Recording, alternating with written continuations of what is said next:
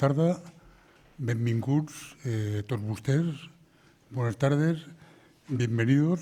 En nombre del Club de Roma de la Fundación La Caixa, me complace mucho, em fa molta il·lusió donar-los la benvinguda en aquesta primera sessió d'un cicle que avui encetem.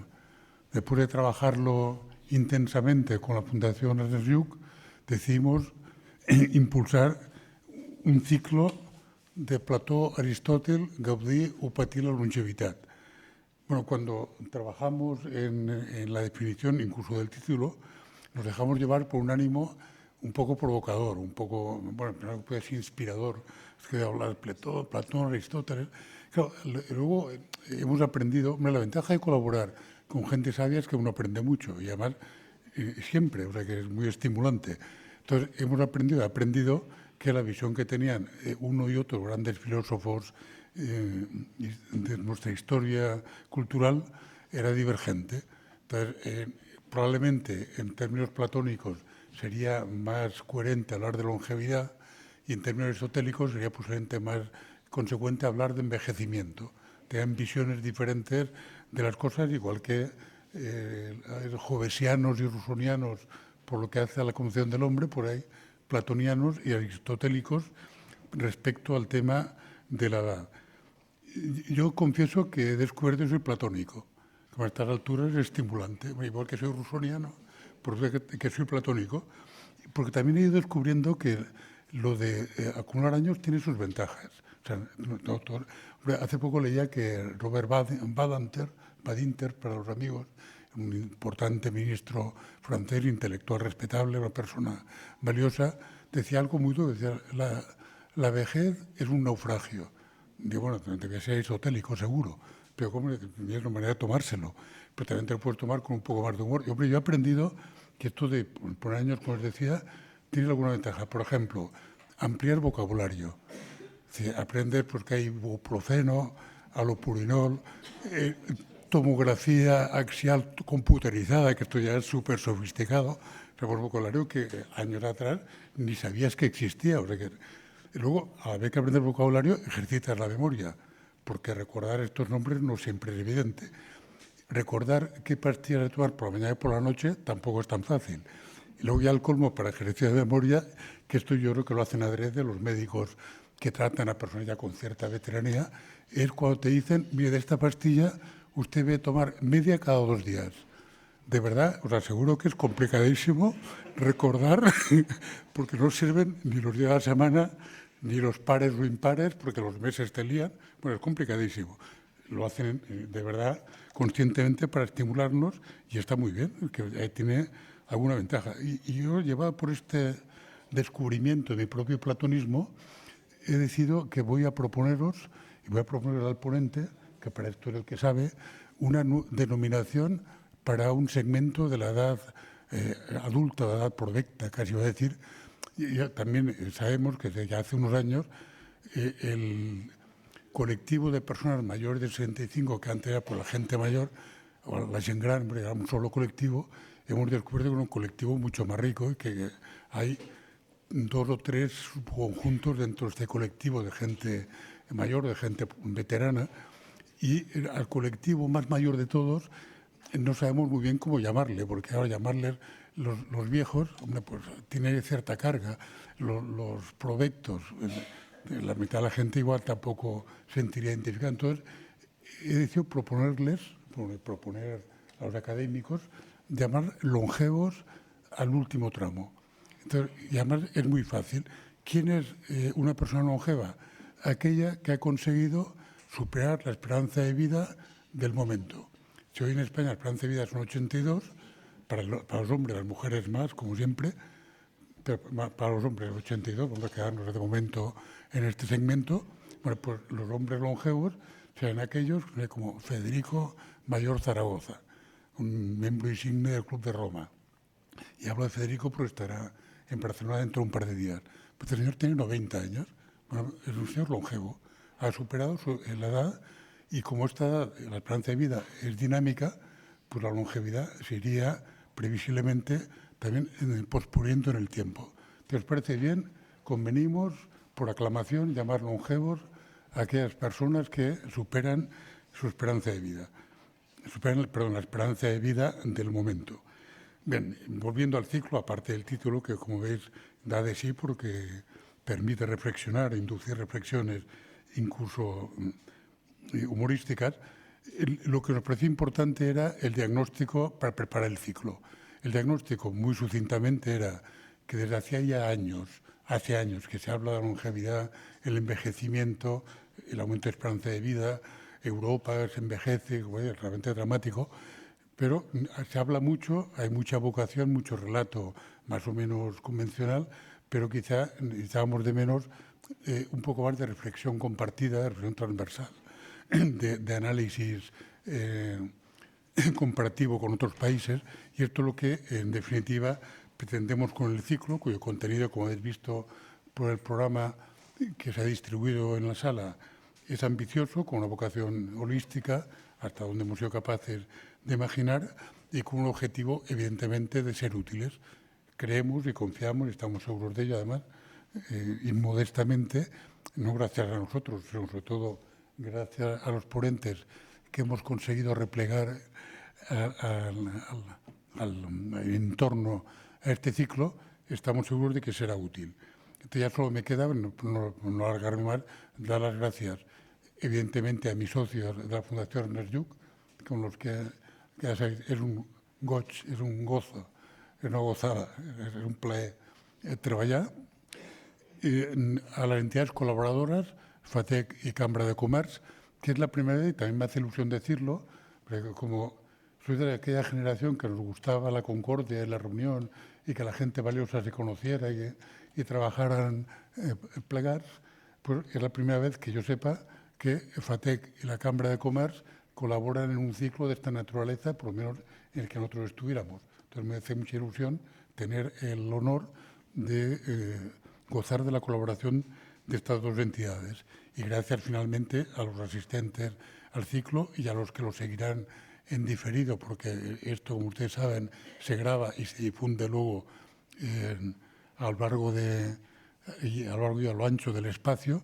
Entonces, gracias a los asistentes y gracias a los ponentes que van a intervenir en las diferentes sesiones, empezando por Julio en el día de hoy. Muchísimas gracias.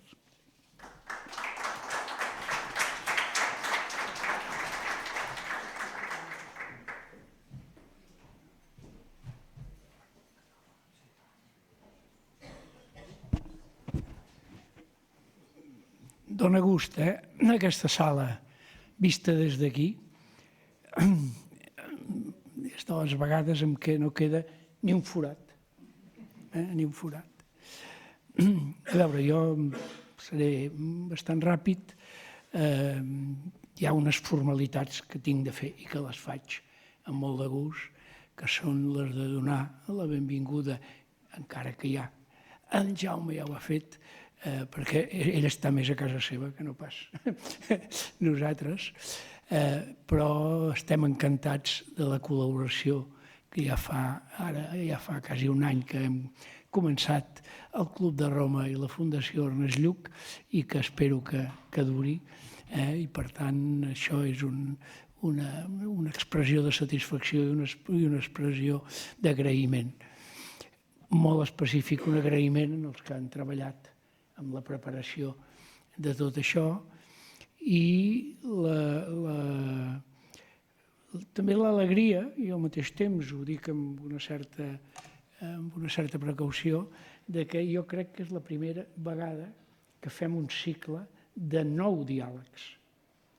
Normalment els fèiem i els fem de 6, 5, 6, 7, i aquesta vegada els fem de 9, i vol dir que això durarà. Que això durarà i que espero que es mantingui la satisfacció. Aquest agraïment, aquesta satisfacció, que també va per tots els que ens ajuden i patrocinen i ens donen suport, la deixo aquí i faig una petita reflexió amb una de les coses que deia en Jaume Lanaspa. Jo no sé si sóc longevo o si sóc vell. la veritat. El que sí sé és una cosa que em va passar fa uns dies, i és que no em va passar a mi, però va ser com si em passés a mi.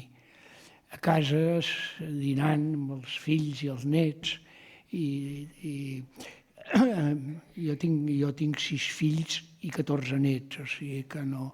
Són uns dinars, no? Sort que tenim un jardí amb un espai molt gran i tapat, o sigui que... Doncs estàvem parlant i una de les meves filles va dir: és que m'estic fent gran. Jo vaig pensar, sí. I el seu fill, que estava allà amb ella, diu: mare, el que faig gran sóc jo, tu et fas vella. Deixem-ho córrer. No, per acabar, i una mica de forma una mica més seriosa, jo crec que encara no estem donant prou importància en els reptes dels propers anys. Estem parlant molt del tema de la tecnologia, i jo sóc un dels que en parlo molt, perquè em ve d'origen. Estem parlant molt amb el tema del canvi climàtic i de la sostenibilitat. Estem parlant molt del problema de la desigualtat i dels problemes que ens vindran d'això, i no estem parlant prou del tema de la demografia. Perquè una de les coses que ens obligarà a canviar la nostra organització social serà precisament el tema demogràfic, que va combinat no només amb problemes interns de cures, de coses, sinó que va combinat amb aquest gran problema que està sortint, que és el de la immigració. Per què? Perquè la refeta de la nostra organització social, vull dir, té molt a veure amb com la gent va d'un lloc a l'altre. I això és el que està creant molts problemes i sobretot està creant un ambient que sembla que ara sigui un mèrit estar en contra de la immigració. I en molts països aquestes dretes o ultradretes encara més que hi ha s'estan agafant amb això. Per tant, hem de començar a ser capaços de veure l'organització social, l'organització política i l'organització econòmica amb una societat en què hi haurà, com ja passava sempre, tota una sèrie de gent que no tindrà ingressos propis perquè són massa joves i tota una sèrie de gent que segurament haurà crescut molt en nombre i amb necessitats que tampoc tindrà ingressos des d'un punt de vista del que avui dia dona els ingressos, que és el treball.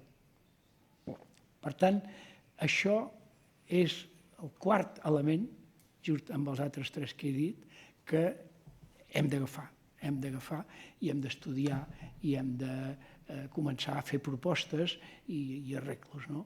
Si aquest cicle et serveix d'alguna manera per ajudar a aquesta reflexió, em sembla que ens quedarem tant els uns com els altres molt contents. Per tant, moltíssimes gràcies.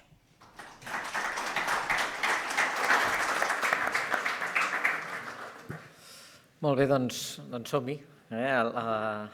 La primera sessió del cicle de Plató Aristòtil comencem per un demògraf, però comencem per un demògraf que té una base de filosofia, formalment, en la formació, tot i que acabi sent doctor en sociologia. Per tant, tenim una barreja, un mix molt interessant. El Julio Pérez Díaz és investigador del CSIC, de l'Institut d'Economia, Geografia i Demografia, des de l'any 2007. Actualment és el cap del Departament de Població de l'Institut i, tot i que abans d'estar al CSIC, va estar durant 16 anys com a investigador al Centre d'Estudis Demogràfics de la Universitat Autònoma de Barcelona. Com a demògraf, molts el coneixereu, ell ha treballat sobretot les polítiques de població, l'envelliment demogràfic i la sociologia de la vellesa, de manera crítica i holística, justament per això que comentava abans, i normalment abordant les implicacions polítiques i ideològiques de les diferents mirades que s'hi poden tenir. Els recomano molt, si no ho han fet, que entrin a una web que té de divulgació de temes demogràfics que es diu Apuntes de Demografia, que és un goig poder-la seguir. No m'extendré amb la quantitat de llibres i articles de primer nivell de finals dels 90, després amb la revolució reproductiva dels 2000, diguem-ne, i en aquests moments, entre d'altres, dirigeix el projecte de supervivència i salut al llarg del cicle de la vida i diferències generacionals a l'envelliment, finançat pel Ministeri de Ciència, Innovació i Universitats. El Julio és un excel·lent divulgador, una excel·lent persona i ens fa molta il·lusió que ens pugui acompanyar avui inaugurant aquest cicle. Jo, sense més, li donaré la paraula i després, quan acabi la seva intervenció, segur que podrem establir un diàleg amb ell, però ara val la pena escoltar-lo i aprendre. Julio, moltíssimes gràcies per acompanyar-nos avui, que sé que, a més, els dolors no ho han fet fàcil. Per tant, moltíssimes gràcies. Gràcies a vosaltres per convidar-me, a tothom a la sala per assistir i donar-me l'ocasió de tornar a Barcelona, que és la meva ciutat. Bueno, dicho esto, quería presentar, pero ya lo ha hecho Ferriol, la página web, que es esta que tenéis aquí. La última entrada fue anunciando esta charla. Si pasáis al siguiente sitio web, es el de Enred. Esto es algo que iniciamos en el CSIC hace ya quizá más de 20 años, en colaboración con el IMSERSO. Luego llegaron las vacas flacas y aquello que en su día fue el Portal Mayores ha acabado siendo esto, pero hemos mantenido muchísima actividad. Y la siguiente es una muestra de esa actividad. La siguiente es uno de los productos de envejecimiento en red, que son estos informes en red con el título Un perfil de las personas mayores, que llevamos haciendo, este es creo el 12º, o sea que hay un informe anual con algunas novedades porque lo hemos hecho interactivo, con gráficos que proporcionan toda la información estadística en tablas si a alguien le interesa manipularla, y sobre todo lo que tiene en red es que hay un acumulamiento de información, tanto legislativa como de investigación, pero también algo de lo que estamos muy orgullosos y que hemos mantenido a trancas y barrancas, que es un mapa de España con todos los recursos de residencias para mayores y ahora también sociosanitarios georreferenciados con metadatos. Es decir, que uno puede, como en Google, señalar dónde hay una residencia próxima a su propio domicilio y obtener información sobre el número de plazas, cuántos médicos hay, todo eso, incluso cómo se llega más rápido en coche. Todo eso lo tenemos en este portal que os recomiendo. Si queréis trabajar, sobre todo el informe en red es una especie de síntesis de los principales indicadores estadísticos y me va a ahorrar hablar de muchos de ellos aquí. Les anuncio, mi plan va a ser sencillamente, atendiendo a que la encomienda es abrir este ciclo, dar el marco sociodemográfico de qué es lo que ha cambiado la vejez desde el punto de vista de un demógrafo, que ya verán que se fundamenta en una serie de indicadores muy básicos, pero que tienen repercusiones que, claro, trascienden muchísimo aquello de lo que estrictamente hablamos en demografía. Les quiero contar qué es eso del envejecimiento de la población, que es una muy mala denominación, ya lo avanzo, peor todavía, es una trampa. Y verán que de lo que les voy a hablar inicialmente no es de un cambio demográfico que se traduzca en vejez de nadie. La vejez es la de las personas, no la de las poblaciones. Las poblaciones no nacen, ni crecen, ni llegan a la madurez y luego entran en declive. Todo esto fueron memeces de la época organicista a finales del 19, en que todos los pensadores sociales y políticos habían descubierto a Darwin como fuente de maneras de explicar la sociedad. Y de ahí salieron algunas aberraciones considerables, y entre otras esta manía de hablar de la decadencia de las poblaciones, de la decadencia de Occidente. Josep Antoni Vandellós escribió un libro en el 34 que era Catalunya, poble decadent. Corrado Gini también en esos años 30, escribía. Corrado Gini fue el jefe de los servicios estadísticos de Mussolini, escribió Nachita Crecita en morte de le nazione. Era esta analogía entre los seres vivos, organicista, y las sociedades que tiene ya más de 100 años.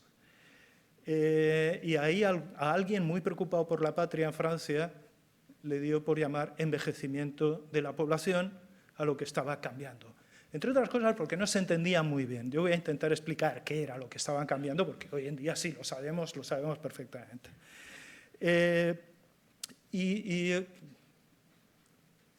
Intentaré también dar 4 pinceladas sobre dónde estamos ahora, porque esto del cambio demográfico empezó hace mucho tiempo.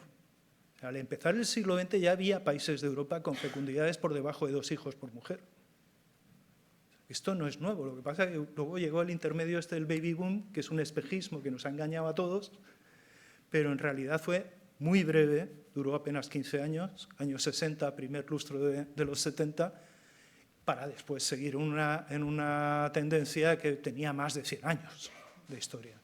Así que no estamos inventando nada nuevo ahora, estamos si acaso llegando a la parte final de una evolución que se viene anticipando hace mucho tiempo. Entonces, ¿eso a dónde nos lleva? Es una pregunta que requiere tocar infinidad de temas que no son solo demográficos.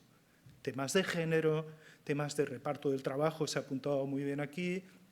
Todo eso lo voy a intentar articular en torno a algo que Ferriol comentó, que es toda una teoría interpretativa de por qué ha ocurrido todo este cambio, que es la de la revolución reproductiva. Bueno, y por supuesto, tanto en la página web, que hay una parte abajo en todas las entradas en que se pueden hacer preguntas o comentarios, como ahora cuando acabemos, espero no haberme comido todo el tiempo y dar pie a preguntas, pues intentaré contestar a las dudas que se generen. Bien, con eso sí paso ya al PowerPoint.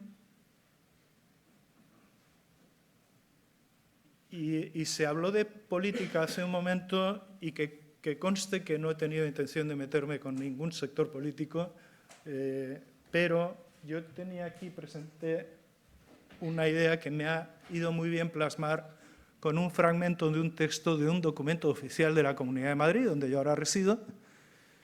Supongo que les sonará el cheque bebé de Ayuso, recientemente anunciado a diestro y siniestro, y ahora ya incluso en prensa se está diciendo que Madrid se ha convertido en un oasis de la familia como Dios manda. Resulta que la solicitud del cheque la han presentado 44 personas de momento.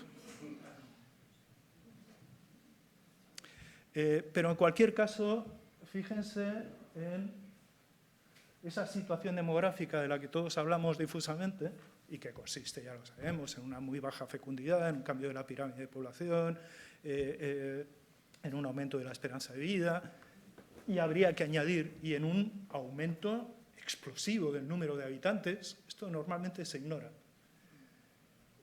Y va todo junto. Y intentaré argumentar que también después lo que llega es un atractivo inmenso para la inmigración. Y España es un caso diáfano en esto. España era un país de emigrantes hasta el año 99 y al empezar el siglo XXI el saldo se convirtió en positivo levemente y solo en 7 años llegamos a tener un saldo de más 700.000 personas. De esta magnitud es el cambio que les hablo. Ahora debemos estar en un saldo de más de 500.000 anual. O sea, después de la crisis financiera y el paro, después de la COVID, esto sigue y seguirá. Bien, toda esa situación demográfica, esto, insisto, es el texto publicado oficialmente en el Boletín de la Comunidad Autónoma de Madrid. El inexorable envejecimiento de la población que resulta necesario revertir para hacer frente al desequilibrio demográfico y que la Comunidad de Madrid sea una región dinámica de futuro, etcétera, etcétera. Traigo este porque, repito, es donde yo vivo, pero podría ser de cualquier otra institución, administración local, regional, nacional. Este es el discurso hoy en día. La demografía es una catástrofe. Estamos en crisis demográfica, supongo que lo han oído, y más aún, el principal componente de esa crisis es que los viejos son una plaga. No se dice de esta manera, aunque algunas veces sí. Hubo un ministro japonés famoso por decir esto, hubo una alta representante de la Unión Europea que decía algo parecido, pero bueno, en general no se atreven a ir tan lejos. Pero esto es lo que piensa todo el mundo, lo que se extiende a diestro y siniestro y lo que acaba uno aceptando como lo que hay. Los viejos no convienen, el envejecimiento de la población, por tanto, debe ser revertido. Por supuesto, cada tendencia política tiene sus hipótesis sobre cómo revertirlo y si nos vamos yendo hacia la ultraderecha hay que volver a la familia franquista para revertir esto. Y prohibir el aborto y acabar con las feministas y la ideología de género y todo lo que queráis, claro. Por el bien de la demografía y para revertir el envejecimiento demográfico. Es curioso y nos lo tragamos. Luego pasa lo que pasa con el cheque bebé de Ayuso, pero no hace falta. La Comunidad de Galicia, con Feijóo de presidente, aprobó en 2011 un plan de dinamización demográfica y la fecundidad de Galicia no ha hecho más que disminuir desde entonces. Les cuento más. Hay hoy en día un ejemplo al que todo el mundo recurre como muestra de que esas políticas de extrema derecha son las que funcionan, que es Hungría, después de Orbán, que llegó al poder en 2010. Y nos están diciendo a todos que Orbán ha conseguido revertir el declive demográfico de Hungría, el descenso de la fecundidad en Hungría. La natalidad, desde que llegó Orbán, no ha hecho más que bajar en Hungría. La población de Hungría, desde que llegó Orbán, no ha hecho más que disminuir. Y en el periodo que lleva con su mandato, han perdido cerca de 600.000 personas en el país. Y, sin embargo, nos tenemos que creer que esta es la política que hay que aplicar, que es lo que nos dice Vox en Castilla, cuando ellos mandan. Entonces, nos están convenciendo de unas cosas muy curiosas. Primero voy a intentar aclarar qué es eso del envejecimiento de la población, porque si no es que las poblaciones se vuelven viejas y chochean y son decadentes, ¿qué es?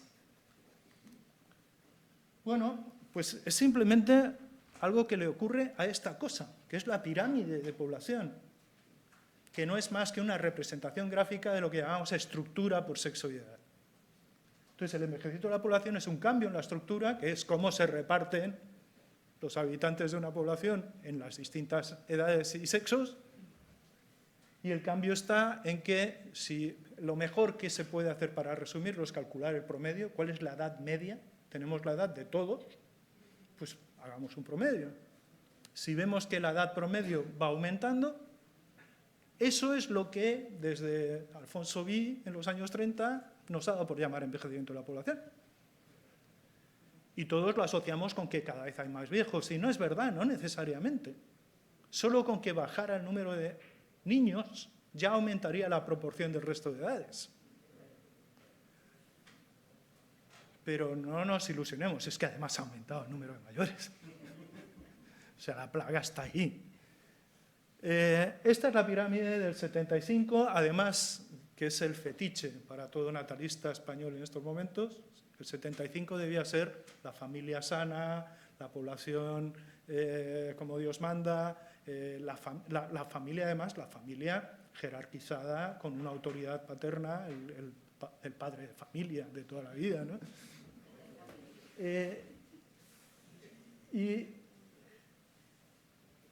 Y además con una proporción muy grande de niños.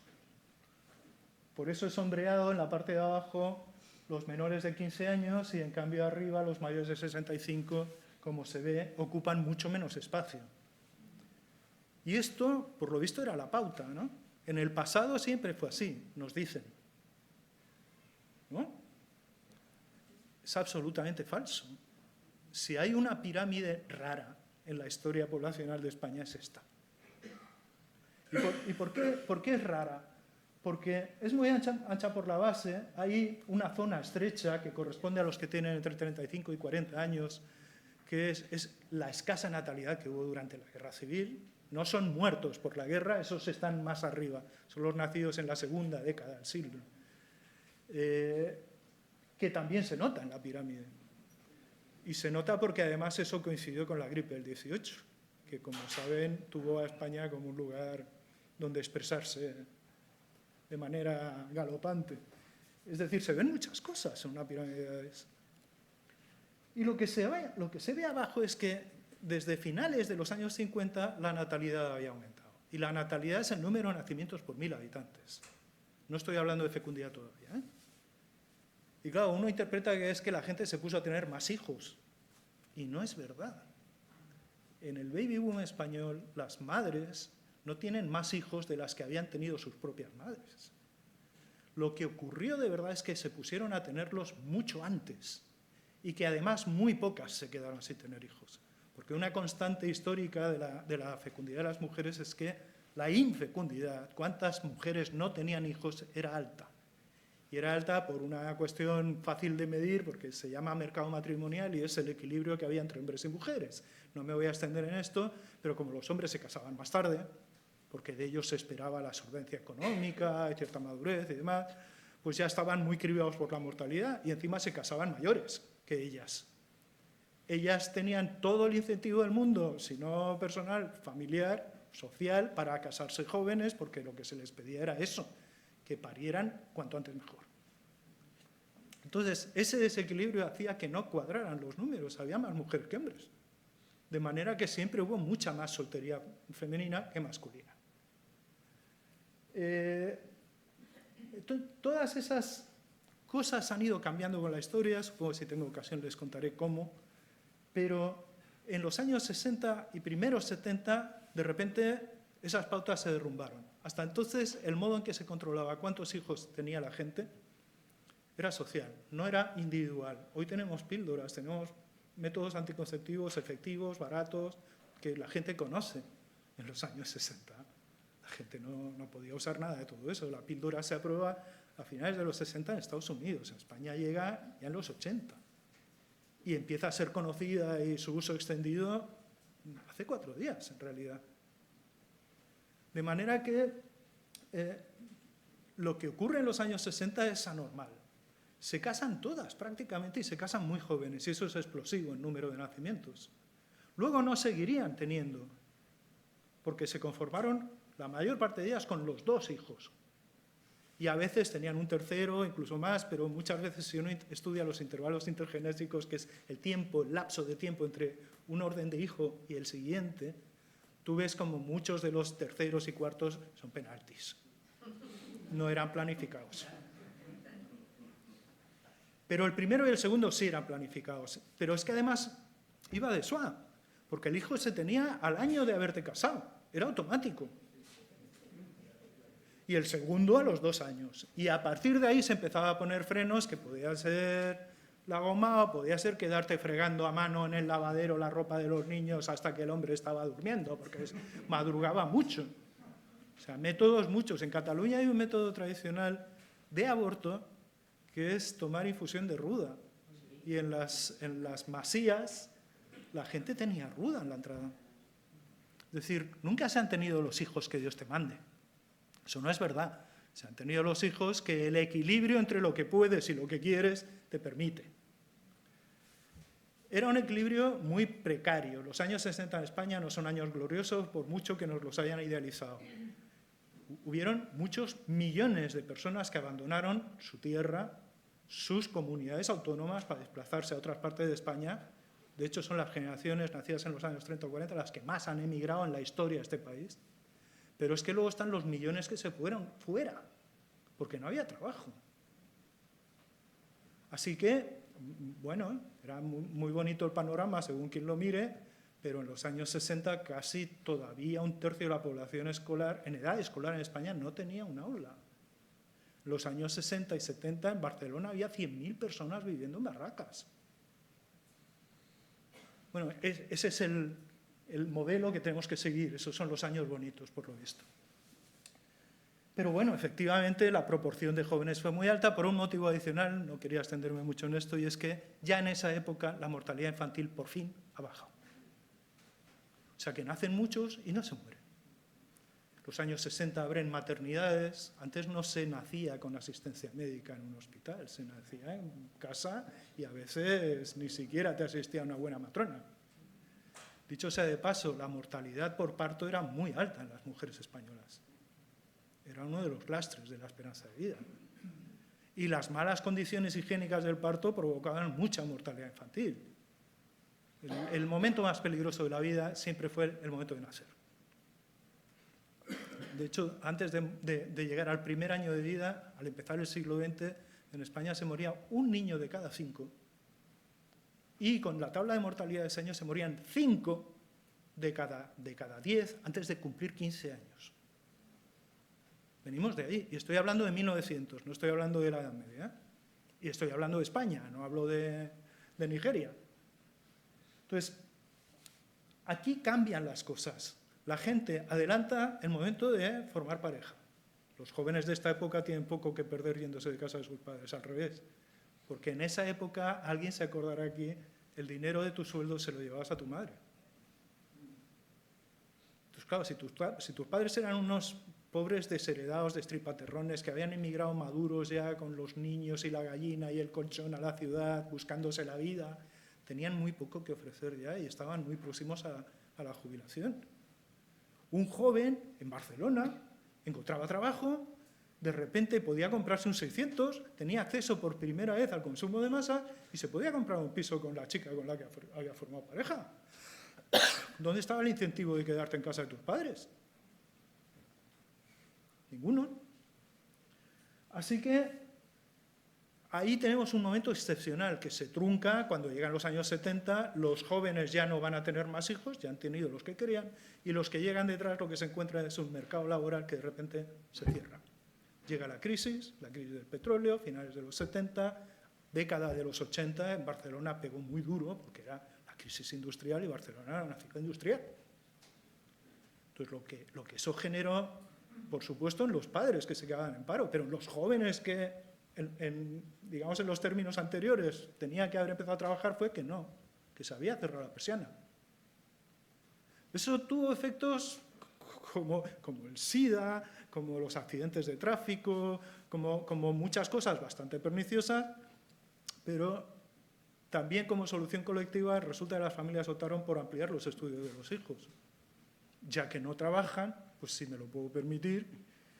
El caso es que fueron años muy excepcionales que no siguieron. A partir de 1975, la fecundidad sigue el descenso de siempre, se había quedado un poco estancada durante estos años, pero vuelve a empezar a caer.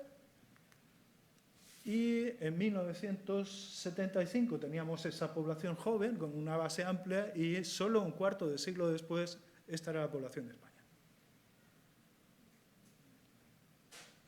Comparen la zona sombreada de arriba y la de abajo ahora. De repente ha habido envejecimiento demográfico. ¿Por qué? ¿Por qué ha caído la natalidad? Sí, la natalidad cae hasta casi la mitad. Y esto no ha acabado. He traído la del 2000, podría haber seguido hasta el 2023, que son los últimos datos, y lo que ha ocurrido es que se ha estabilizado bastante el número de nacimientos. Tuvimos una época, esta del boom inmigratorio, en que aumentaron los nacimientos porque una parte importante eran hijos de gente que venía. La inmigración, bueno, las migraciones generalmente tienen un motivo principal, que es el laboral, y un protagonista principal, que son los jóvenes. Entonces están en edad de tener hijos. Pero es muy curioso porque la población inmigrada ha igualado sus pautas de fecundidad muy deprisa con la población española. Incluso las magrebíes tienen ya fecundidades que no son muy superiores. Algo sí, pero no muy superiores a las españolas. Y esto nunca había ocurrido en primera generación. Esto pasaba en segunda generación. Eran las hijas de. Pero ya estamos en una etapa nueva y son las propias inmigrantes las que adoptan las pautas de fecundidad de las nacionales, pero en un periodo tremendamente rápido. Entonces, la pirámide no se ha resuelto. La inmigración que llegó, curiosamente, había quien soñaba con que llegaría y taparía los agujeros de esta pirámide, ¿no? Vendrían a completar. Incluso hay un informe famoso de Naciones Unidas en que se habla de esto, las migraciones de reemplazo y unas tonterías muy gordas. porque luego uno va al mundo real y lo que comprueba es que las migraciones se concentraron allí donde hay más gente. Bueno, es igual. Donde es más gruesa la pirámide es precisamente donde llegó la mayor parte de la inmigración laboral. Así que, no, la pirámide ha dejado de ser lo que entendíamos por pirámide hasta ahora, y debo decir, esto es España, pero es que da igual el país del mundo que miremos. Es que es la pirámide mundial la que está experimentando este cambio.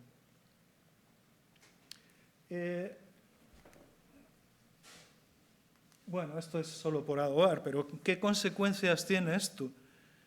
Antes podíais leer lo que dice una publicación de la Comunidad de Madrid, pero os he traído un examen que suelo llevar por ahí porque impacta, realmente impacta, y es a ver si adivináis de cuándo son estos dos artículos y cuándo se escribió esta valoración de las consecuencias que va a tener el envejecimiento de la población.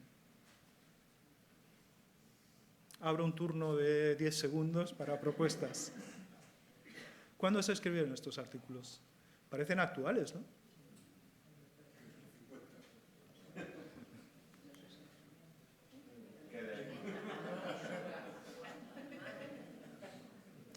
...1930. Por cierto, esta alianza nacional es la Alliance Nationale pour l'accroissement de la population, que era un lobby natalista al que pertenecía este señor Sauvy, que lanzó el concepto de envejecimiento de la población. O sea, eran ultranatalistas, ultrapatriotas, muy chauvinistas, y estaban convencidos, estamos hablando de 1930, de que si Francia no aumentaba la natalidad, Alemania se la iba a comer.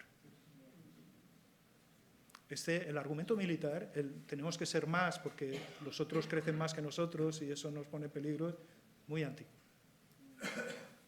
¿Y la valoración de qué año es?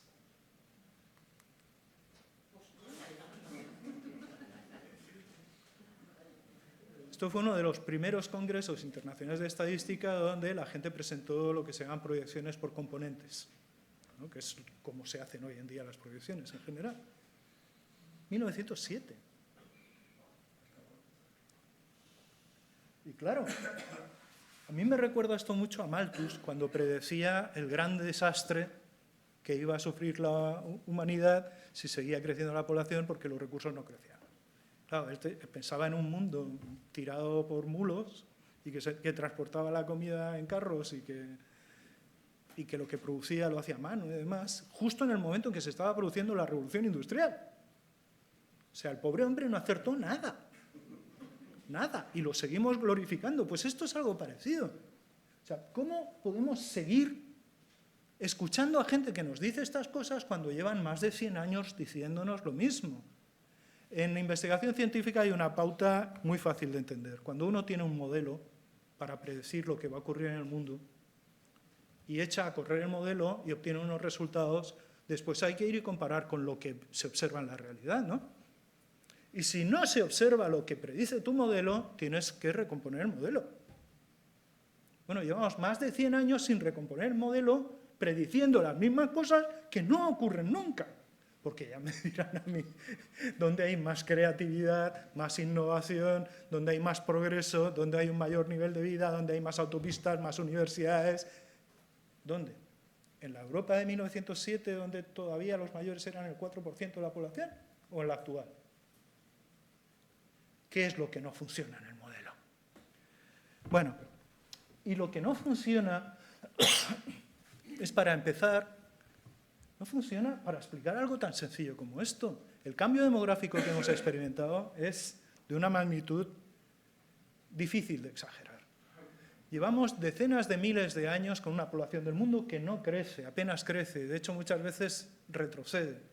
Hubo una epidemia de cólera en Europa que les sonará, que acabó con 1/3 de la población europea. Este era el crecimiento de la población. A trancas y barrancas, con hambres, con epidemias y con guerras recurrentes. Y muy ligadas unas a otras. O sea, si hubo una gripe en 1918, tuvo bastante que ver con una cosa llamada Primera Guerra Mundial. Y de repente, finales del 19, pasamos de 1.000 millones por primera vez Y cuando acaba el siglo XX, la población humana ha superado los 6.000 millones de personas. En 100 años.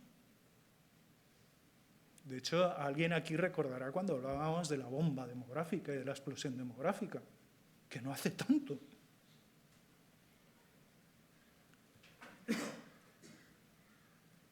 Primero, ¿por qué esta bomba demográfica? ¿Qué estaba pasando? Aparte de que a Occidente le diera mucho miedo que se concentraba la explosión demográfica en Asia, donde se estaban produciendo cambios políticos que daban mucho miedo, aparte de estas cosas, la explicación no puede ser que haya aumentado el número de hijos por mujer, porque era todo lo contrario. Todo esto ocurría a la vez que disminuía el número de hijos por mujer. ¿Cómo puede ser que la población crezca a estos ritmos si no se están teniendo más hijos que antes? ¿Qué es lo que está cambiando?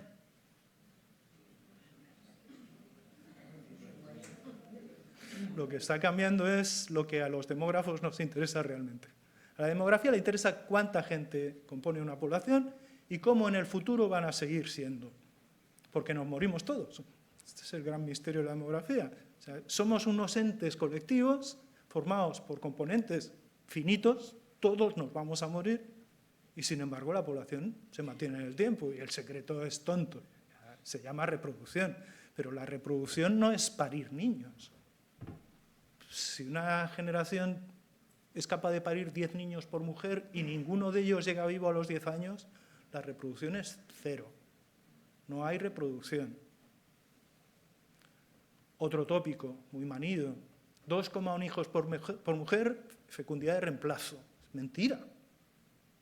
En España, al empezar el siglo XX, había 4,5 hijos por mujer y apenas había crecimiento de la población. Porque se parían niños que no sumaban años.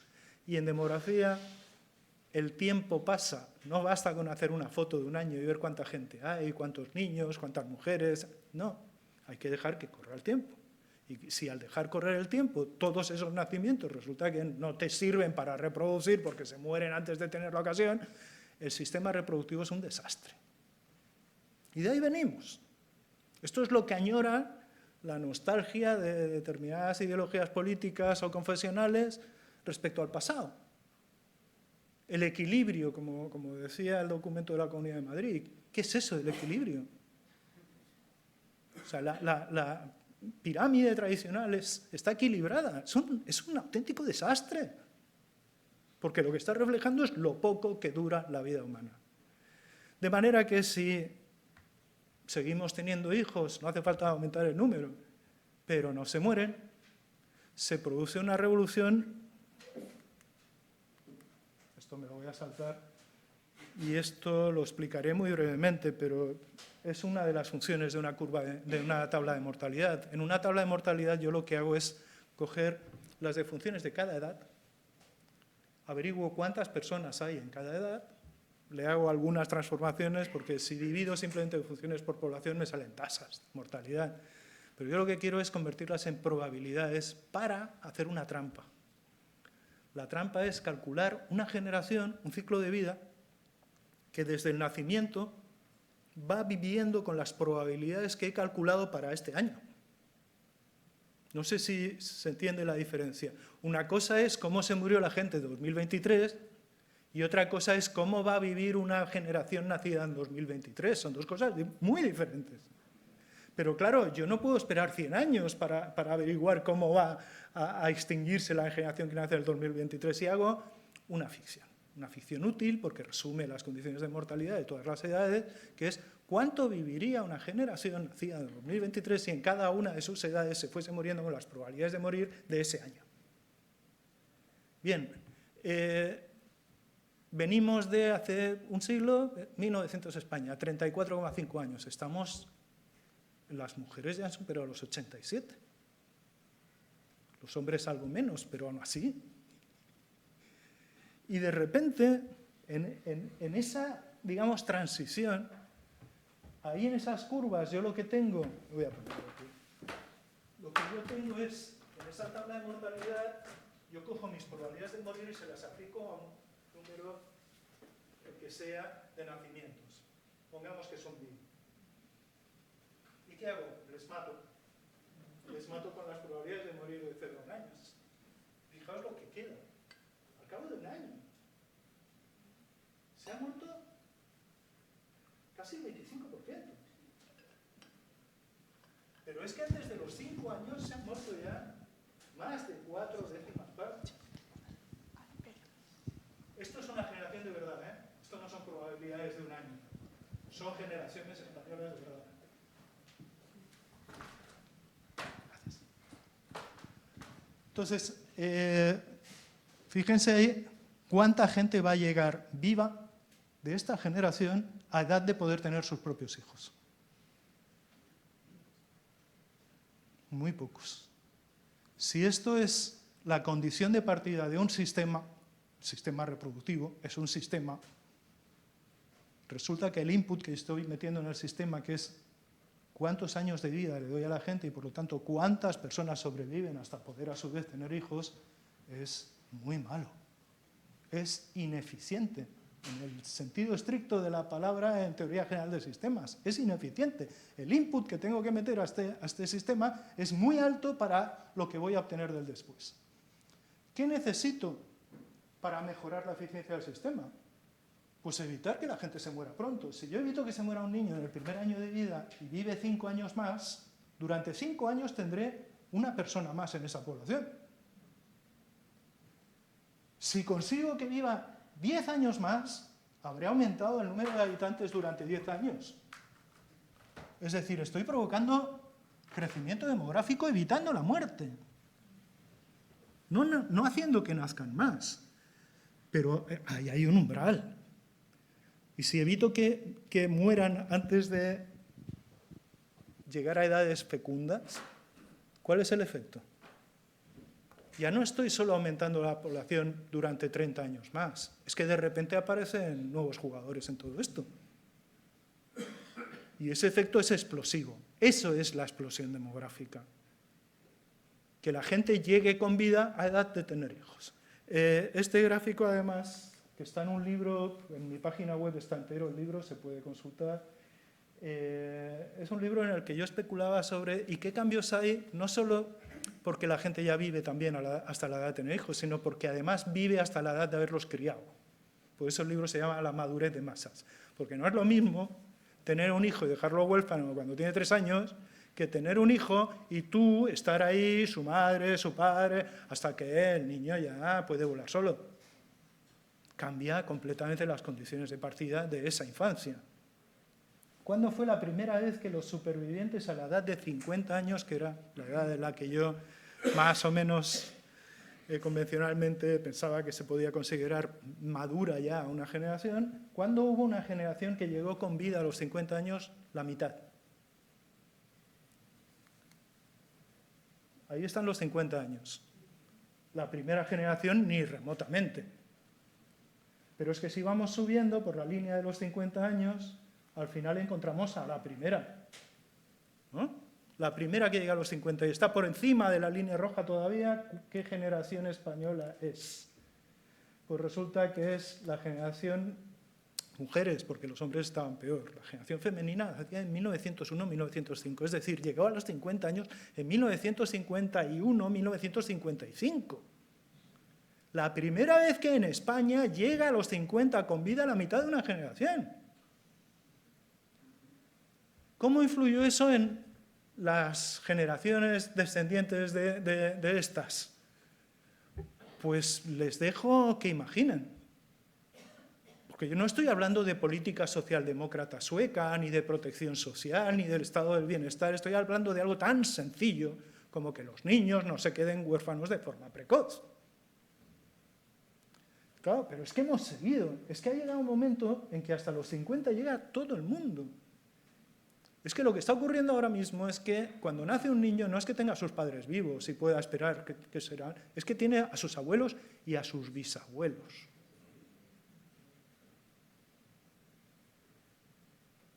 Entonces, claro, ¿en qué ha consistido el cambio demográfico? Esto para empezar. Ha consistido en que somos más eficientes reproduciendo.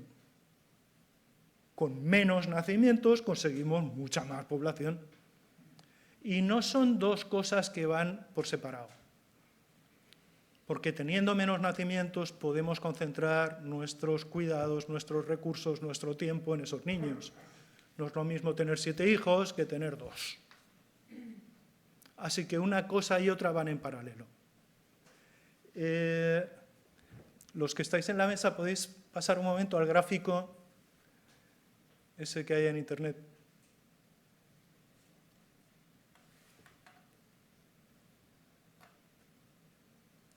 Es un gráfico en movimiento en que vais a ver cómo evolucionan de manera simultánea fecundidad y mortalidad en distintos países del mundo, partiendo de esta situación que es la que había en 1800. Y es una situación en que la esperanza de vida en cualquier lugar del mundo prácticamente no supera los 35 años, que es el eje vertical, y el número de hijos por mujer, lógicamente, tiene que ser muy alto, y está en torno a 5, 6, incluso 7 hijos por mujer. Y aviso, esto es fecundidad general, que es la manera fácil de calcular la fecundidad. Pero si uno tiene datos, es muy interesante calcularla extrayendo del cálculo a las mujeres que no tienen ningún hijo. Y entonces sale lo que en su día se llamaba fecundidad matrimonial. Ahora ya sería absurdo llamarlo matrimonial, ¿no? Pero es la fecundidad de las que son fecundas, de las que tienen hijos. Y claro, esa se dispara. Si aquí tenemos 5, 6, 7, si miráis solo la fecundidad de las que tenían hijos de verdad, se os va a los 7, 8, 9 hijos. Hay una secta norteamericana, la Uterita, que ha servido siempre de comparación, porque es el máximo registrado. Llegan a tener un promedio de 12 hijos por mujer. Evidentemente casan a las niñas cuando son niñas, no hay anticoncepción, incluso en su momento, ahora ya se lo han prohibido, pero en su momento hasta la poligamia estaba permitida, eran los grandes patriarcas del pueblo los que dejaban embarazadas a las niñas. 12 hijos por mujer. De aquí venimos. Este es un gráfico que inventó un señor que se llamaba Hans Rosling, que ya murió, pero que dejó la empresa a su hijo. Y su propósito era construir herramientas de representación gráfica. Y es una herramienta online que después compró Google, el Google Data actual, pero que ellos han mantenido en la versión original, y de verdad es muy interesante porque uno simplemente elige las variables que quiere representar y hace lo que van a ver. Hay una clave de colores por continentes, obviamente las dos más grandes son China y la India, y parece que están más avanzados en el descenso de la fecundidad algunos países, sobre todo europeos, pero todos están en una franja. Y si ahora le damos al play, llegamos hasta 1900 solo, por favor.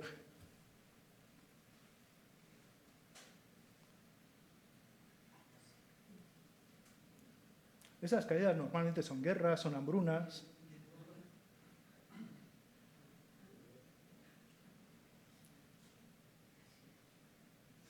Ahí se empieza a desgajar Europa. Ok, aquí está bien. Para, un momento.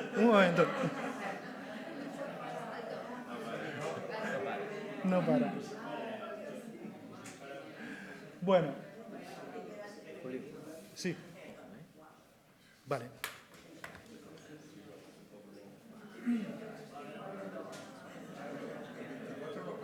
Es que verlo todo de un tirón, aquí hay muchas cosas que explicar. Ha habido un momento en que uno hubiese pensado, aquí hay dos mundos, ¿no? Está el mundo avanzado, con una fecundidad que ha disminuido y una esperanza de vida muy alta, y luego está el tercer mundo, que ha tardado mucho. En términos históricos, en realidad no ha sido mucho, ha sido algunas décadas. Pero en el ínterin, a los países más avanzados les dio mucho miedo la otra parte del mundo. De hecho, se hicieron esfuerzos increíbles por controlar el crecimiento del tercer mundo, especialmente de Asia. Pero fijaos dónde está Asia. De hecho, el país con la fecundidad más baja del mundo hoy no está en Europa, es Corea del Sur. China ya está intentando aumentar su fecundidad porque están muy preocupados por el envejecimiento de la población. Y lo que queda ahí es pues el más retrasado de todos, que es África, que ha tardado mucho en aumentar su esperanza de vida. Y no quiero extenderme sobre esto, pero mirando bien este gráfico, que les recomiendo que lo busquen, esto se llama, la página se llama Gapminder, y aparte de esta tiene muchas otras, es libre. África, como muchos otros países, se ve muy claro que primero sube y luego se desplaza. Es decir, es la siguiente generación, después de que mejoró la mortalidad, por ese efecto de que se ha cuidado mejor a los hijos que se tienen, cuando esos hijos a su vez llegan a adultos, lo hacen en mejores condiciones para tener su propia descendencia. Esto es a lo que yo llamo la revolución reproductiva. ¿Qué ha cambiado en demografía? Que hemos revolucionado la manera de producir vida humana. Venimos de un sistema ineficiente y, como cualquier revolución productiva, como la revolución industrial o como la revolución informática, cambiando el input, cambiando la manera de organizar el trabajo, la manera de fabricar, con nuevas tecnologías, de la manera que sea, hemos conseguido que por unidad que metemos salga mucho más producto por el otro lado. En este caso, por unidad, es por hijo que tenemos, sale mucha más vida por el otro lado. Y eso es reproducir, insisto, reproducir no es parir. Si alguien pare a un crío y lo deja ahí a su aire, ese niño se muere. Esto las madres parece que lo tienen muy claro y hay todavía hombres que parece que se han creído que la cosa va sola, ¿no? Pero no. O sea, el gran éxito reproductivo ha sido que cuidamos mejor a los hijos que tenemos. ¿Cómo se ha conseguido eso? Es algo sobre lo que podría hablar mucho rato, porque desde luego el esfuerzo colectivo ha sido tremendo y en cada momento histórico ha sido diferente.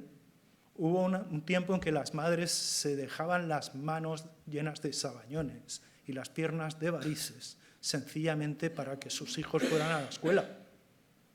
Y todavía en la economía agraria, cuando se hace obligatorio escolarizar a los niños, y lo pongo entre comillas porque realmente las administraciones locales, que eran las que tenían la responsabilidad, no es que hicieran gran cosa, pero es que renunciar al trabajo del niño en el campo era un sacrificio muy grande. Y luego vienen, sobre todo, las madres del baby boom, que hacen una cosa extraordinaria, y es que tienen hijas a las que envían a la universidad. En una época de crisis que, tras tiempo siendo amas de casa y criando niños, les ha obligado a salir otra vez a la calle a fregar escaleras. Y le dicen a sus hijas: hija, tú no seas como yo. Me parece tremendo. Cómo cada generación ha ido impulsando a la siguiente un poco más allá, como un shuttle de estos de la NASA, hasta llegar a lo que tenemos hoy en día. Y lo que tenemos hoy en día es generaciones que en el momento de nacer probablemente van a vivir un promedio superior a los 100 años. Eso no se hace gratis. Y no nos engañemos, no ha sido solo la penicilina o las vacunas, también ha sido la persona que está pendiente del niño cuando tiene fiebre y que lo lleva al médico y que lleva su historial de vacunación. O sea, hay mucho trabajo detrás de eso. No reconocido. De hecho, este es un reproche que le hago a algunos sectores feministas, que es que todavía no han reconocido el mérito de lo que en su día fueron generaciones de amas de casa,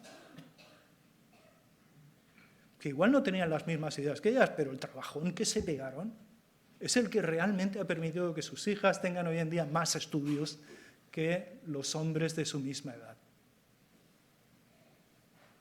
Entonces, como digo, cada momento es diferente, pero aquí la constante es que llevamos más de un siglo con personas que antes de tener hijos, lo que tienen como intención en su cabeza es que esos hijos vayan más allá. Y eso está en el imaginario de las personas. Por eso no funcionan las ayudas económicas a la fecundidad o todas las explicaciones sobre la situación del mercado laboral, no funcionan. Porque tú puedes darle más dinero a la gente, bueno, a tener más hijos si lo que tiene en mente es darle una mejor vida al hijo que ya tienen. La elasticidad con que un hijo se puede comer lo que tú le pongas es inagotable. Pero bueno, aquí está la señora Ayuso dándole unas ayudas económicas a 44 solicitantes. Es mentira, son los solicitantes. Veremos de esas 44 cuántas reciben esa ayuda económica. Bueno, voy a ir acabando. Y es verdad, sí, estoy en Internet. Vuelvo al PowerPoint y ya encaro el final.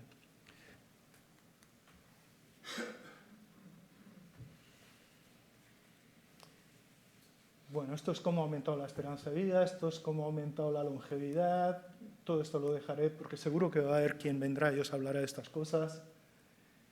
Y esto también era sobre un indicador que a partir de los 80 y el giro estratégico de la OMS, el de vida a los años, en vez de más años de vida, vamos a dar más vida a los años, se empezó a investigar este indicador. Hubieron distintas propuestas, que era, este es el de Sullivan, pero vamos, lo que hace es decirnos de los años totales de esperanza de vida de una población, cuáles de ellos se viven libre de determinados problemas.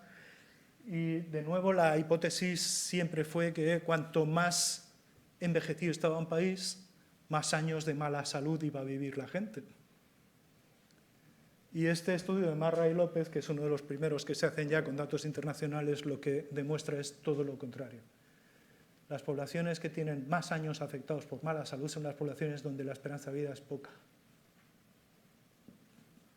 Claro, te lo dicen y tú dices, ah, bueno, claro, no era nada intuitivo, no era lo que se esperaba. Pero como digo, no me detendré. Esto es cómo han cambiado las causas de muerte. Nos seguimos muriendo, aunque hay por ahí quien dice que ya nació el que vivirá 2000 años y tonterías de este tipo, que al final ya no me atrevo a decirlo con la boca grande, porque tal como está cambiando la genética, la biología molecular, vete tú a saber. Pero vamos, hasta ahora no hemos cambiado los genes y sin embargo hemos conseguido que la gente viva muchos más años. Y como he querido dejar claro hace un momento, lo hemos conseguido cuidando mejor a la gente, lo cual revoluciona el perfil cuando llegan a mayores. O sea, la vejez actual no tiene nada que ver con la vejez de hace 50 años. ¿Por qué? Porque su vida desde que nacieron no tiene nada que ver. Y lógicamente llegan mejor alimentados, más educados, se les prestó más atención, no se les explotó de manera prematura cuando eran niños, y llegan a mayores y no son los mayores de los informes de Cáritas de los años 70. Y esto es una muestra de todo eso también, que son las causas que matan a las personas. Nos seguimos muriendo, pero ha habido cambios muy importantes. La zona verde, que son las enfermedades del aparato circulatorio, hace algunas décadas era el principal peligro para una persona madura, especialmente si era hombre. Fijaos cómo se ha reducido. Y todavía es más... es muy interesante desde el punto de vista histórico, porque aquí tenemos series de un siglo. Y entre la gente de 80 y más años también se han reducido. Lógicamente acaba creciendo algo que es la gran espada de Damocles ahora. Claro, no te mueres con 80, te mueres con 90, ¿de qué? De demencias, de problemas degenerativos del sistema nervioso. Acabo ya, ¿no? Vale. 5 minutos. O sea que hasta eso, bueno, hay epidemiólogos que hablan de la transición, no ya demográfica, sino de la transición sanitaria. No nos morimos de lo mismo ahora que hace 100 años en que la gente se moría de infecciones, básicamente. Y eso lo saben bien los que hacen investigación médica y farmacológica, que donde están metiendo dinero en investigaciones precisamente en cómo resolver los problemas de la vejez, hasta el punto de que hay problemas infecciosos muy extendidos en países del tercer mundo todavía, y ya parece que eso no importa.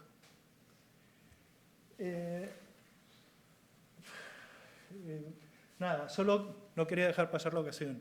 Cuando estoy hablando de envejecimiento demográfico desde que empecé, estoy hablando del envejecimiento por cambio en el sistema reproductivo, que es el del planeta entero. El planeta entero está cambiando la reproducción, teniendo menos hijos que viven más tiempo. Pero curiosamente, quien nos asusta con el envejecimiento demográfico siempre nos habla del pueblecito de Soria. Y es curioso porque las pautas de envejecimiento de las pequeñas entidades están muy claras. Aquí tengo algunas de las que se produjeron por municipios en Cataluña y como se ve la tendencia es muy evidente. ¿Dónde hay municipios más envejecidos? Donde los jóvenes se van. Zonas de montaña y de interior, generalmente rurales. ¿Y dónde hay menos? La costa, que es donde hay trabajo.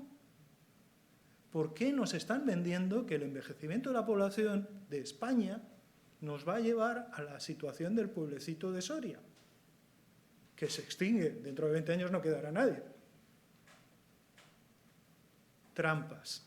son trileros, nos hacen trampas constantemente, son dos cosas distintas. Este envejecimiento es ancestral.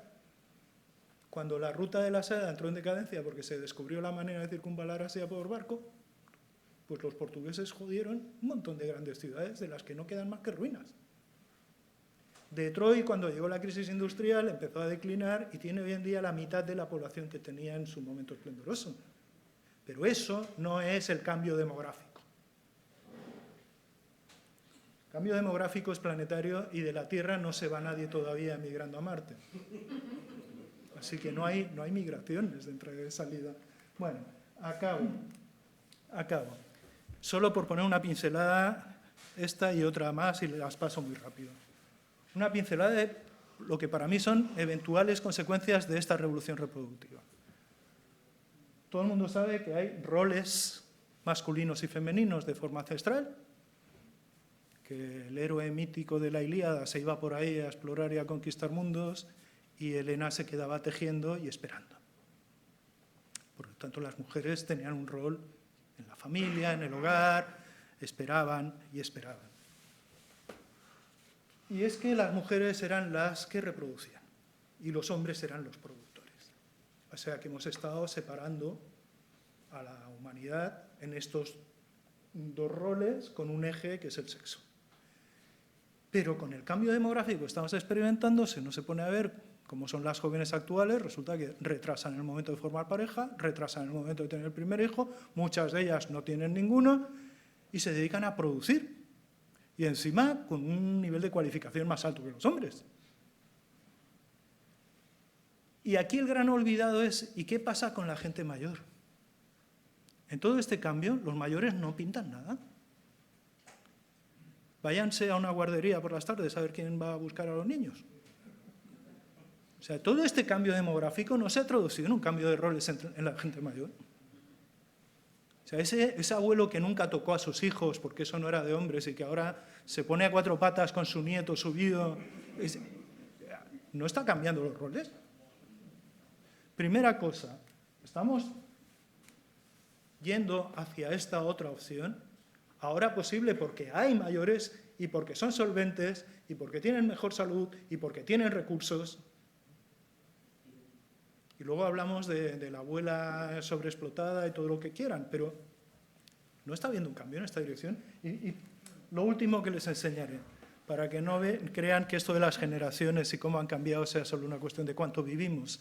Ya les digo, cambia cuánto vivimos porque cambia cómo vivimos, y eso se traduce en cambios como este.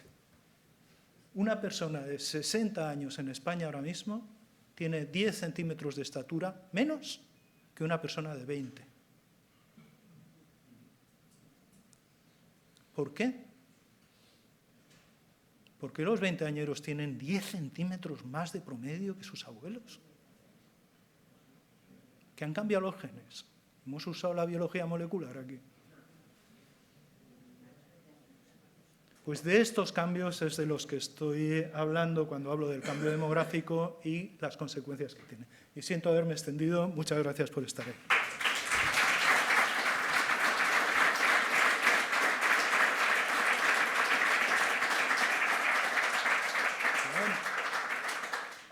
Bueno, Julio nos ha lanzado muchos balones, nos ha dejado votando para que ahora podamos preguntar, para concretar cosas, aportar ideas. Aportar ideas.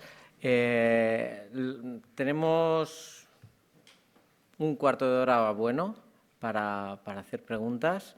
Entonces, abrimos el turno y os prego un poco de brevedad para poder tener el máximo de preguntas y que Julio pueda explayarse.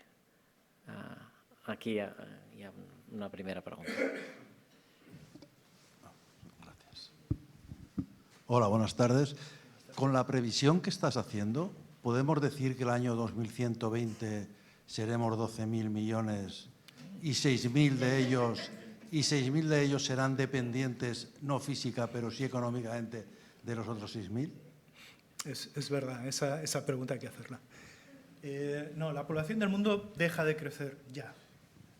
Ya hace tiempo que el ritmo viene disminuyendo. Los países que empezaron esta tendencia, los primeros que empezaron a bajar la mortalidad, muchos de ellos ya no crecerían por crecimiento vegetativo, la diferencia entre nacimientos de funciones. España en los últimos 3-4 años no hubiese crecido, si sumamos los efectos de la COVID. Pero aquí viene la inmigración. Cuando tú llegas a ese estadio en que en un país, en una población, a la gente que empieza se la trata bien, dispone de recursos, dispone de infraestructuras, dispone de atención, cuando tratamos bien, pero esto con la inmigración ha ocurrido siempre. Cataluña no quería entrar aquí, pero Cataluña es un ejemplo. Mi directora de tesis y maestra, Ana Cabré, tiene una tesis donde demuestra que la reproducción de las generaciones catalanas durante el siglo XX se hace por adopción. Entran andaluces, murcianos, gallegos, y salen catalanes, y a veces mucho más catalanistas que los... Claro, esto solo es posible si tú proporcionas ciertas condiciones. A veces es tan sencillo como dejarles que vivan y que trabajen. No estoy diciendo que se hayan hecho grandes esfuerzos públicos o políticos. Sencillamente encontraron sus ocasiones para hacer aquí lo que no podía hacer en otro sitio. Y la inmigración normalmente eso lo reconoce.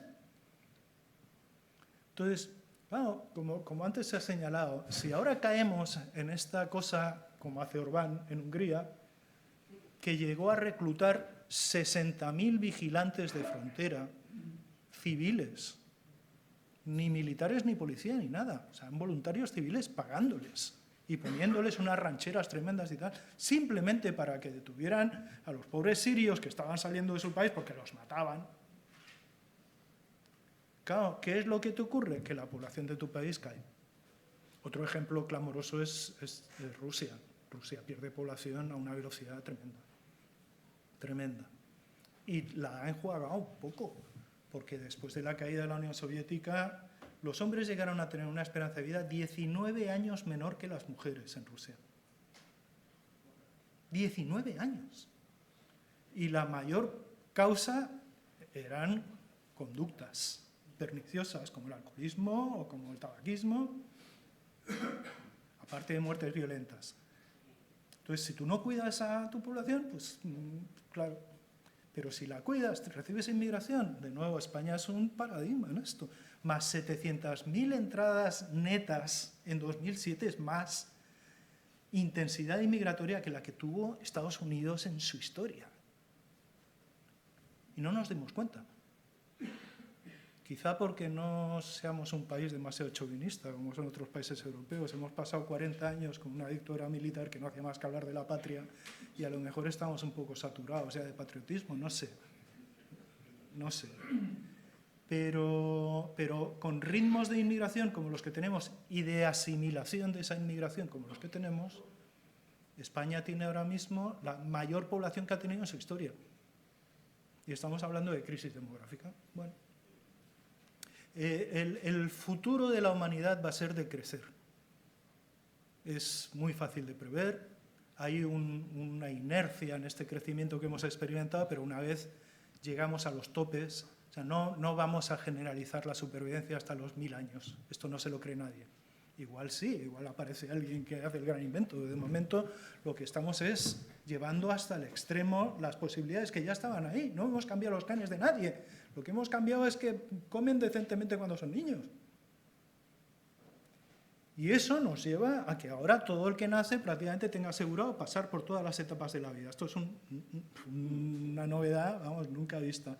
Pero esa cantera de evitar muertes precoces ya la hemos consumido. Es fácil aumentar la esperanza de vida cuando yo evito la muerte de un niño. Igual estoy sumando 70 años más de vida para calcular el promedio. Pero cuando evito la muerte de una persona de 80 años, no voy a sumar 70 años más. Cuesta mucho más seguir aumentando la esperanza de vida. Entonces, agotada esa cantera, la población del planeta va a bajar. Hay debates sobre si llegaremos a un máximo en 10.000 o en 11.000, 12.000 es muy poco probable. Y lo que ocurrirá después va a ser disminución en el número de habitantes. En España eso se va a notar cuando empecemos a extinguirnos ya a buen ritmo los baby boomers. Y antes de que llegue eso, llegaremos a ser casi un 30% de la población. Los mayores, me refiero, los mayores de 64 años. Pero después disminuirá, porque nos extinguiremos, como todos. Entonces, ¿rejuvenecerá la pirámide? Sí, y disminuirá la población, a no ser que sigamos teniendo estos flujos migratorios que realmente son tremendos. Més preguntes?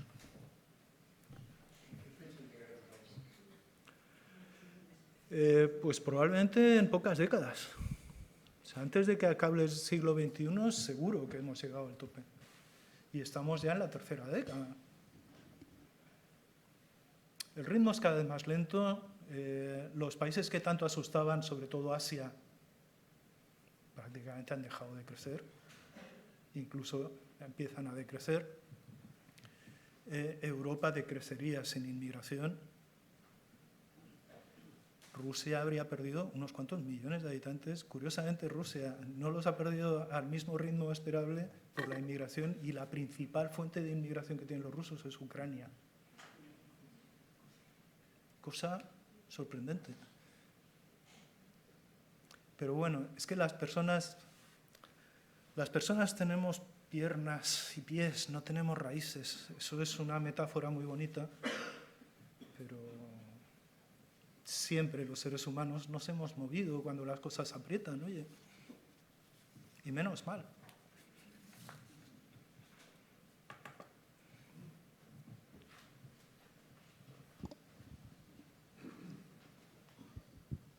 Bona tarda. La franja central de la població, d'edats centrals, és la franja activa que suporta econòmicament els més grans i els més joves. Els més joves per via de transferències intrafamiliars, dintre de la mateixa família, tots mantenim els nostres nens, els nostres fills. La franja superior ho fem per una via col·lectivitzada, que és el sistema de pensions. Per tant, els canvis en les proporcions entre la franja de dalt i la franja de baix, alguna cosa deu afectar, no? Si la via de sufragar la franja activa, les dues franges que d'alguna manera necessiten l'aportació econòmica per aquestes vies, què se'n pot dir de tot això? I a més es diu relació de dependència. Augmenta la relació de dependència a mesura que la proporció de gent gran és més alta. I el model de previsió també és conegut. Això porta problemes pel sistema de la seguretat social, per l'estat del benestar, per la financiació de les pensions i tal. No entro en causes, només diré, aquest és el model. No? Entrem en problemes. No passa. Va passant el temps, passen les dècades, cada vegada el nombre de pensionistes en relació als actius és més gran, i no passa el que es preveu amb aquest model de la relació de dependència. Per diversos motius, perquè en el camí hem fet... La relació de dependència és perversa, perquè només compta edats. Però clar, si tu tens la meitat de la població, estic posant l'exemple extrem, si tu tens la meitat de la població de sexe femení i no ocupada, de què et serveix tenir població en edat de treballar? O sigui, el que hauríem de comptar no és la relació entre edats, sinó la relació entre els que tenen una pensió i els que estan pagant cotitzacions, no? És a dir, els ocupats. Bueno, aquesta relació depèn molt menys de la demografia que de les baixades i pujades del mercat laboral.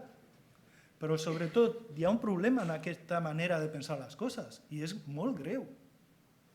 És atribuir a la demografia la sostenibilitat o no sostenibilitat del sistema quan el sistema té ingressos en funció no de quanta gent treballa, sinó del que es produeix treballant. Fa 50 anys, mira, als anys 60 a Espanya, un terç de la població estava encara al sector primari, que era desastrós. O sigui, el que fan als anys 70 és trasbassar, simplement trasbassar, no canvien les proporcions, trasbasses població del sector primari al sector industrial. I tenim un boom econòmic que no havia viscut Espanya en sa vida. És a dir, el sistema no s'alimenta perquè hi hagin 4 o 10, s'alimenta sobretot perquè fer que un camp sigui productiu de patates depèn no només de quanta gent, de fet hi ha la llei clàssica de Ricardo que el que et diu és que arriba un moment en què tu pots introduir més mà d'obra que ja no produiràs més. No és una qüestió de quants. Això és una perversió que ve de molt enrere del mercantilisme, dels règims absolutistes europeus que fan servir la població com una variable més en les funcions econòmiques. La mà d'obra. No, no és tan senzill. Si tu tens poca població, que és molt productiva, si tu per fer una línia de metro, en comptes de necessitar 5.000 persones a pico i pala, tens una tuneladora, resulta que amb 6 operaris estàs fent la mateixa feina a una relació de temps ridícula, a més a més. Per què seguim atribuint a la demografia que tindrà l'efecte d'enfonsar el sistema? Abans s'ha parlat d'una cosa que és molt més important. Hi haurà feina? Si estem parlant d'augmentar la natalitat perquè no manqui mà d'obra en el futur, però això és una disbauxa. Com sabem quants puestos de treball tindrem i de quin perfil d'aquí a 30 anys? Ens hem de posar ara, per patriotisme a més, o per salvar el sistema productiu i econòmic, hem de començar veient que s'ha de portar bé, no ser egoista, no pensar en si mateix, has de pensar en què, en qui. Afortunadament la gent pensa en els fills que tindrà. No pensa en la pàtria, no pensa en el país, no pensa en Telefònica, ni pensa... No, pensa en qui. S'ha de pensar, el segle XX és un canvi revolucionari respecte a la visió de la infantesa que teníem abans. Avui pensem en termes de l'interès primer, el principal, és el de l'infant. Hem guanyat molt amb això. Més preguntes?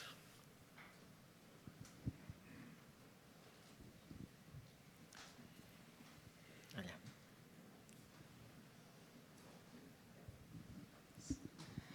Yo quería preguntarte lo que opinas. Yo es que estoy muy a favor de todo lo que has dicho, o sea, es para empezar, pero estas tesis antinatalistas, Steiner, que digamos vinculan la demografía con el sufrimiento, o sea, una alta demografía conlleva siempre un sufrimiento humano, igual que ocurre con las otras especies en realidad, si los jabalíes son plaga. Entonces, te quería preguntar qué opinabas de esta... yo ahora estoy vinculada con estos sobre el antinatalismo y si tiene que ver con... Estás abriendo ahí un asunto muy, muy importante y que ya casi hemos olvidado. Durante mucho tiempo, por lo menos cuando yo empecé a dedicarme a estas cosas de la población, la visión general era una cosa que hoy en día ya parece que hemos abandonado, que liga con eso.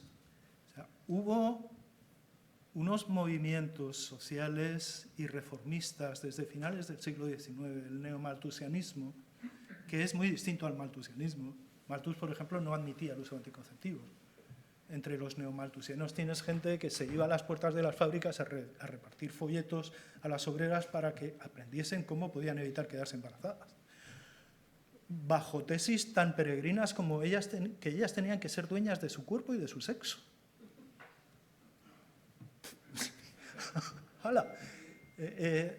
Eso fue gente que vivió en las catacumbas, siempre, perseguidos por leyes antipornográficas, por ser revolucionarios, por ser de izquierdas, hasta que acabó la Segunda Guerra Mundial. Y cuando acabó la Segunda Guerra Mundial, Estados Unidos llegó a la conclusión de que la estabilidad de sus inversiones en el extranjero, especialmente en Asia, que a nosotros nos parece muy exótica y muy lejana, pero para Estados Unidos es el otro lado de la costa del Pacífico. Y tenían muchas inversiones allí. Llegan a la conclusión de que necesitan bajar la fecundidad allí. Hay incluso la enunciación canónica de la teoría de la transición demográfica, que es del 45, de Frank Wallace Notenstein, que se publicó en una conferencia internacional sobre el reparto de excedentes alimentarios de Estados Unidos. Es decir, era geoestrategia pura y dura. Y lo que hicieron fue simplemente comprar el family planning. De repente mujeres como Margaret Sanger, que habían tenido que huir del país, porque las perseguían para meterlas en la cárcel, viajaban en first class, en aviones que iban a la India, a entrevistarse con primeros ministros, porque eran útiles. Eso se acabó, tuvo una vida precaria y breve, porque se acabó en el 85 cuando llega a su segundo mandato Ronald Reagan, apoyado por las Provida. Y ahí ya se acabó la financiación, el apoyo internacional, se acabó.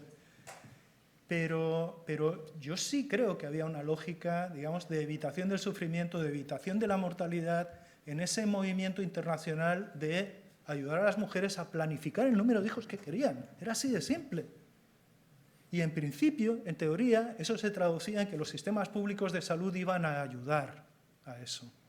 Y por eso recibían mucho dinero de Estados Unidos, de USAID, de la Ayuda Internacional al Desarrollo, de la Ford Foundation, de la Rockefeller Foundation. La cantidad de dinero que se movió en aquella época en demografía fue tremenda. Muchas veces era, de nuevo, siento usar tanto la palabra, pero era perverso. O sea, Fujimori en Perú estuvo esterilizando forzosamente y sin su consentimiento a las nativas. Suharto en Indonesia estuvo cometiendo genocidios en nombre del family planning. Y nadie decía nada. De hecho, a Suharto le dieron una medalla del Fondo de Población de Naciones Unidas. Por no hablar del señor que mandaba en Filipinas y que se llevaba a un banco suizo toda la ayuda internacional al desarrollo. El movimiento del family planning, después del Cairo 92, que es la última conferencia mundial de población, ha rebajado mucho sus expectativas, tampoco tiene el dinero que tenía, han cambiado el leitmotiv, que ahora es la salud reproductiva, que me parece mucho más realista y acorde a lo que fue su historia siempre, ¿no? Pero no, parece que ahora el tema, si hablamos de fecundidad, solo sea cómo tener más hijos. Bueno, Julio, moltes gràcies per haver-nos acompanyat avui. Hem anat a les arrels de la longevitat. Quan parlem de longevitat, curiosament ens n'hem d'anar a tot això per entendre on som.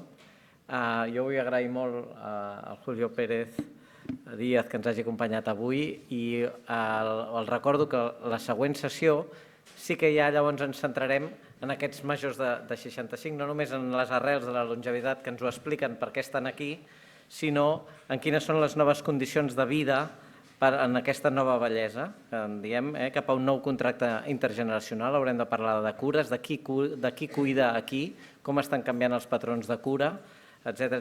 I per fer això tindrem a la Lola Puga, que és científica titular de l'Instituto de Economía, Geografía y Demografía del CSIC, que és coordinadora del comitè d'experts de la Fundació del CSIC per l'àrea d'investigació sobre l'envelliment. Això serà el proper 21 de març, espero que ens puguem retrobar. Al Julio, moltes gràcies, i a tots vostès gràcies per haver-nos acompanyat aquesta tarda.